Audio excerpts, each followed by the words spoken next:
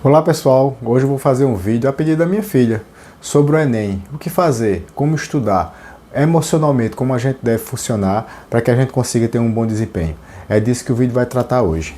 Para que a aprendizagem aconteça de fato, você precisa ser ativo no processo, você precisa ser atuante, você precisa ser protagonista. Por exemplo, existe uma técnica chamada recuperação ativa. Como é que você faz? Você estuda o conteúdo, depois que você estuda o conteúdo, você fecha o livro, fecha o conteúdo e você tenta de memória lembrar o que você estudou. Você fica forçando a memória e fazendo as relações do que você leu, do que você estudou com a sua própria memória. Aí você pega alguns cartãozinhos, você anota algumas perguntas, faz algumas observações, responde essas perguntas e fica utilizando isso ativamente. Esse tipo de estratégia faz com que o seu cérebro envolva mais sua memória, faz com que o seu cérebro force mais as conexões neurais, envolva mais neurônios, conseguindo fazer um armazenamento mais adequado. Nesse momento também é importante que você faça a relação do que você estudou com situações práticas, com conhecimentos que você já tinha e como você pode aplicar aquilo que você está estudando. Outra técnica que você pode utilizar são questões comentadas. Você pega provas que já foram utilizadas e que essas provas tenham os comentários, as explicações das questões. Você primeiro responde as questões, vê o que você errou, vê o que você acertou e lê esses comentários e faz toda essa relação. Procura entender o que errou, procura entender o que acertou. Você associa as informações, ao mesmo tempo que você está treinando sua cabeça para fazer a prova, você está corrigindo os erros e também está aprendendo o estilo de prova, como as provas são realizadas, como elas são montadas. Então isso é um treinamento excelente que faz com que você consiga se adaptar bem a esse processo e quando você estiver diante da prova, você vai fazê-la com mais conforto. Outra coisa, você utiliza muito a memória de trabalho. A memória de trabalho é como se fosse a memória RAM da gente. Essa memória de trabalho ela fica sendo utilizada no momento em que você está estudando, em que momento você está realizando alguma coisa.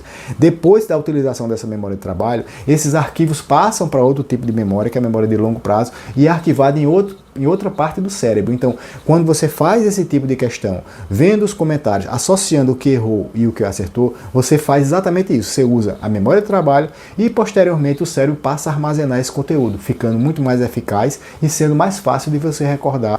Outra estratégia que você pode usar é dividir o conteúdo, ou seja, em vez de você estudar 5 horas seguidas um conteúdo só, você divide em 5 partes de 1 hora. Todos os dias você estuda 1 hora daquele conteúdo e faz isso durante 5 dias. Isso vai ajudar o seu cérebro a armazenar, vai dar mais familiaridade ao conteúdo e ele vai associando, porque você viu uma parte hoje, viu uma parte amanhã, viu uma parte depois de amanhã. Então isso faz com que ele faça conexões mais fortes e essas conexões vão facilitar você recordar posteriormente. Outra coisa, quando você estiver estudando, também é importante que você, a cada 45 a 60 minutos, você dê alguns intervalos de 5 a 10 minutos. Nesse intervalo, você para um pouco, você faz atividades que não envolvam pegar celular, alguma coisa desse sentido. Você vai na cozinha, você toma uma água, você faz alguma coisa prática, você come alguma coisa, faz um lanche, enfim, você faz alguma atividade prática, depois você volta para estudar e faz mais uma série de 45 a 60 minutos. Quando você passa muito tempo estudando a mesma coisa, você vai saturando, ou seja, você vai vendo que o cérebro vai se ficando cansado. Então, quando você dá esse intervalo, você dá o tempo para o cérebro se reorganizar e aí você volta para o conteúdo. E alternar os conteúdos também é interessante. Tipo, você estuda matemática, depois você dá esse intervalo, você estuda, será história, depois você dá um intervalo, depois você estuda português e faz uma sequência de cada 45, 60 minutos.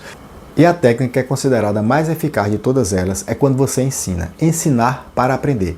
Quando você faz um estudo de um conteúdo e você organiza esse conteúdo e apresenta esse conteúdo para alguém, um familiar, um parente, um amigo, também para o espelho, até para um bicho de pelúcia, um objeto que você tem em casa, e você faz como se fosse uma aula, você vai ensinando para aquela pessoa, para aquele objeto o que você aprendeu. Quando você faz isso, você envolve todo o seu cérebro, você envolve linguagem, criatividade, você procura entender bem o conteúdo que você está explicando para outra pessoa. Então isso é a forma mais completa de você aprender. Então isso é uma estratégia extremamente importante que envolve o cérebro como um todo, fortalecendo o aprendizado, fortalecendo o conteúdo e facilitando a recordação mais na frente.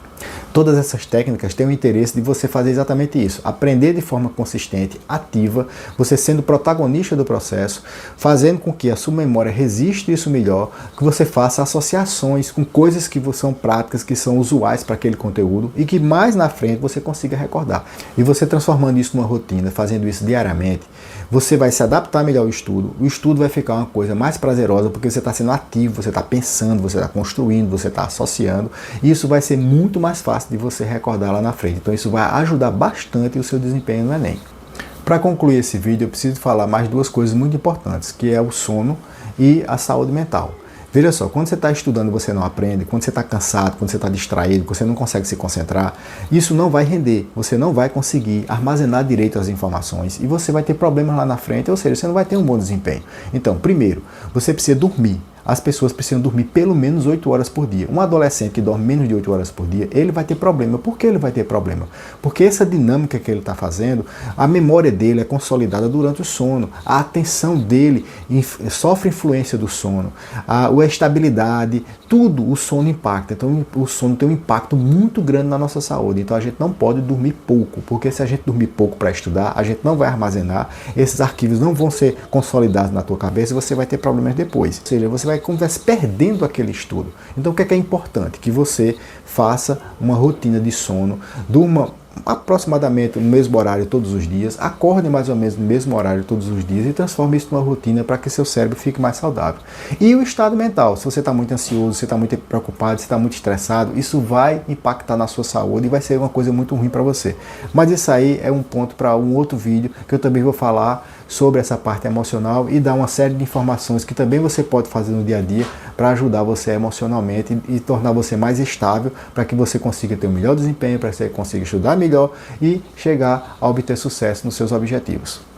Então veja esse vídeo com atenção, entenda as estratégias que eu falei para vocês, compartilhe esses conteúdos para pessoas que vocês entendem que vão precisar, porque são muitas pessoas que fazem Enem.